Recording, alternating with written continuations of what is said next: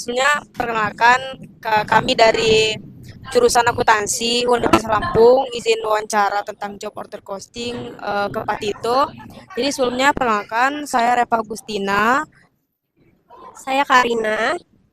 Saya Adelia. Saya Camuti. Jadi di sini tujuan kami mau wawancara nih. Pertanyaannya tuh kapan sih Kak tanggal, bulan, tahun Pak Tito itu didirikan? Tahun kemarin November. November, Ya, awal November. awal November. Tiga. Ya, awal. Bisa tanggal 1. Perkiraan aja. Lalu Pak Tito ada visi misi nggak sih Kak?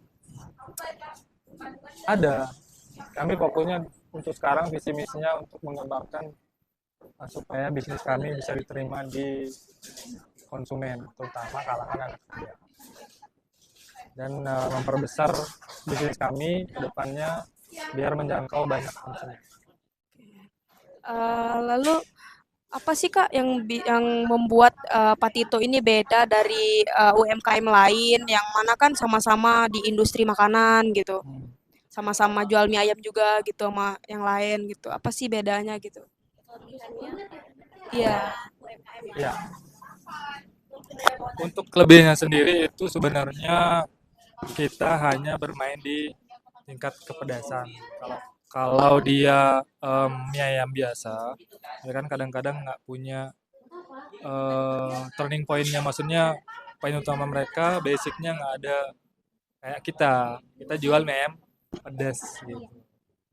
Dan saya lihat konsumen yang suka pedas itu lumayan banyak, gitu.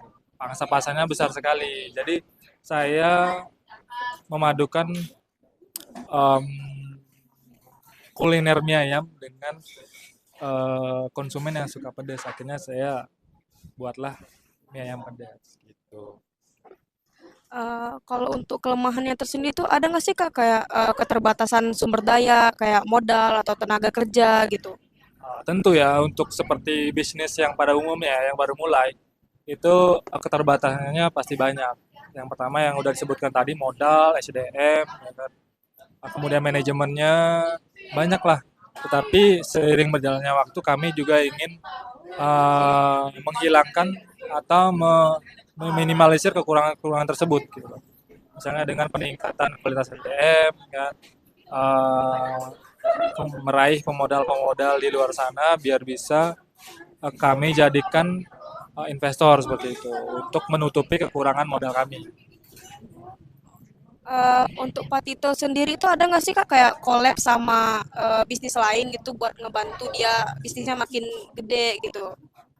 Untuk collab ya dengan bisnis lain kerjasama itu. Sebenarnya untuk kedepannya ada, tetapi untuk sekarang masih belum. Karena kami masih fokus ke pengembangan bisnis kami. Eh, Lalu untuk ada nggak sih Kak kayak ancaman dalam jalanin usaha ini kayak daya saing atau lokasi yang kurang memadai gitu? Kalau dari ancaman pasti ada, apalagi kompetitor kan banyak nih. Apalagi kuliner, mie ayam itu banyak, tetapi kami eh, menyediakan tipe makanan mie ayam yang beda. Itulah yang menjadi penyelamat kami, yang menjadi poin plus dari produk kami. Ya walaupun ancaman suatu saat pasti ada, tapi kami berusaha untuk meminimalisir dampak dari ancaman tersebut, khususnya dari kompetitor.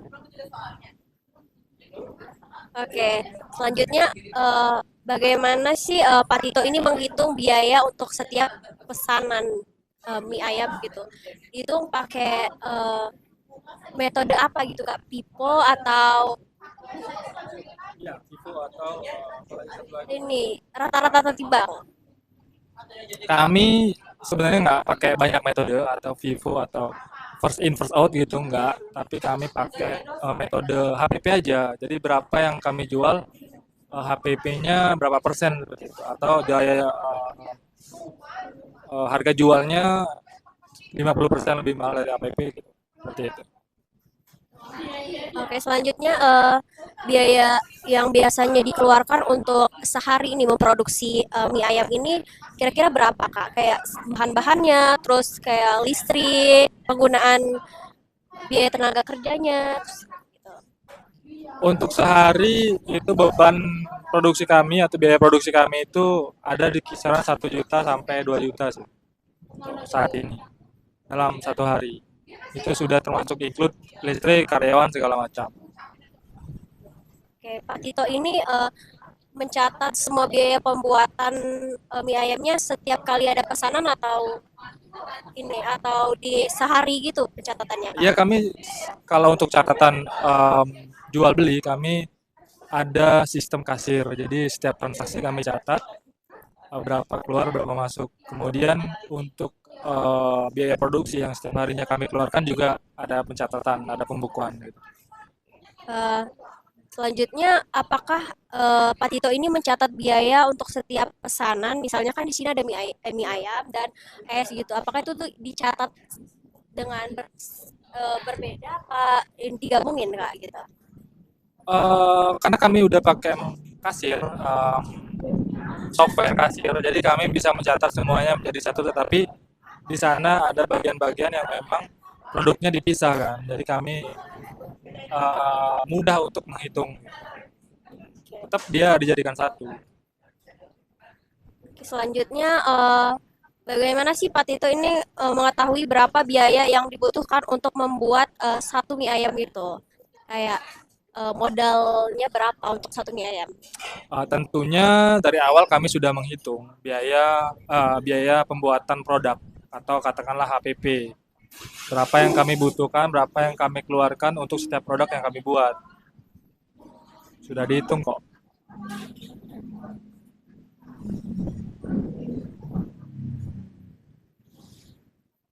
Oke, selanjutnya, apakah Pak Tito ini pernah mengalami kesulitan dalam mencatat semua biaya yang dikeluarkan oleh mie ayam itu, Kak, penjualan mie ayam? Pastinya ada, apalagi waktu kami awal-awal baru buka. Tapi sekarang sudah mulai dari segi pembukuan sudah bagus, jadi kami tidak terlalu kesulitan.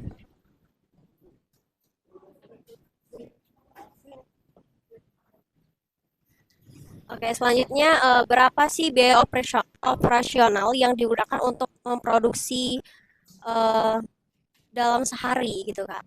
Seluruh biaya operasionalnya. Untuk biaya sewa.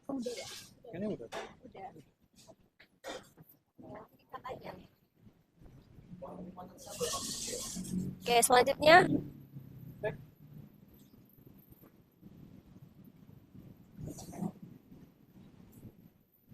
ini Pak. Sini.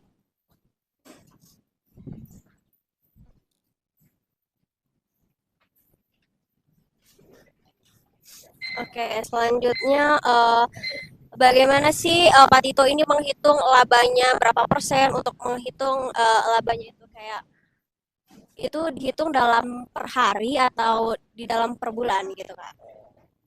Kalau untuk laba atau profit bersih, Iya. margin bersih itu kami hitung setiap akhir bulan di tutup buku. Kira-kira pendapatan laba di Pak Tito ini selama sebulan itu berapa sih Kak? Lebih spesifik gak apa-apa. Iya, kayak perkiraan gitu. Di downgrade aja ya, Iya. downgrade ya. Mungkin 10 sampai 15 juta lah Oke. dalam sebulan.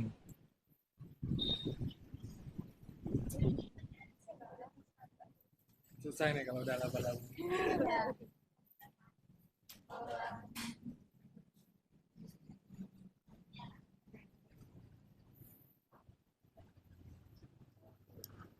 Oke, selanjutnya bagaimana sih Pak Tito ini menentukan harga produk? Apakah ada kesulitan dalam menghitung biaya per pesanan? Berapa harga jual per pesanan dalam mie ayam Pak Tito ini? Untuk menghitung sih nggak sulit Kak, karena bahan-bahannya fluktuasi harga bahannya nggak terlalu tinggi dan untuk harga jualnya ada di kisaran untuk mie-nya 12 sampai 15 ribu Kemudian kalau minuman 4.000 sampai 10.000. Oke. Selanjutnya Pengeluaran kayak bahan gitu per bulan kira-kira berapa, Kak? Kisaran harganya lah. Untuk per bulannya. Iya. Per bulannya sekitar, kalau rata-rata satu hari 1 juta, berarti 30 juta ya. Per hari itu buat bahan aja 1 juta gitu. Iya, 1 juta sampai 2 juta lah. Oke, selanjutnya apakah ada biaya-biaya tertentu yang sulit untuk diidentifikasi atau dihitung gitu? Kayak di luar biaya sewa dan lain Pasti sebagainya. ada ya, karena kan kita bergerak di bidang kuliner, apalagi kuliner itu kadang-kadang ada bahan-bahan yang terbuang. Jadi itulah sulitnya di situ. Tapi kami usahakan ya pasti ada pencatatan untuk bahan-bahan yang terbuang. Oke, mungkin segitu aja wawancara dari kami. Kami ucapkan terima kasih karena Pak Tito udah menerima kami dengan baik di sini. Semoga usaha UMKM ini semakin berkembang ke depannya. Oke, terima kasih kakak. Oke. Ya.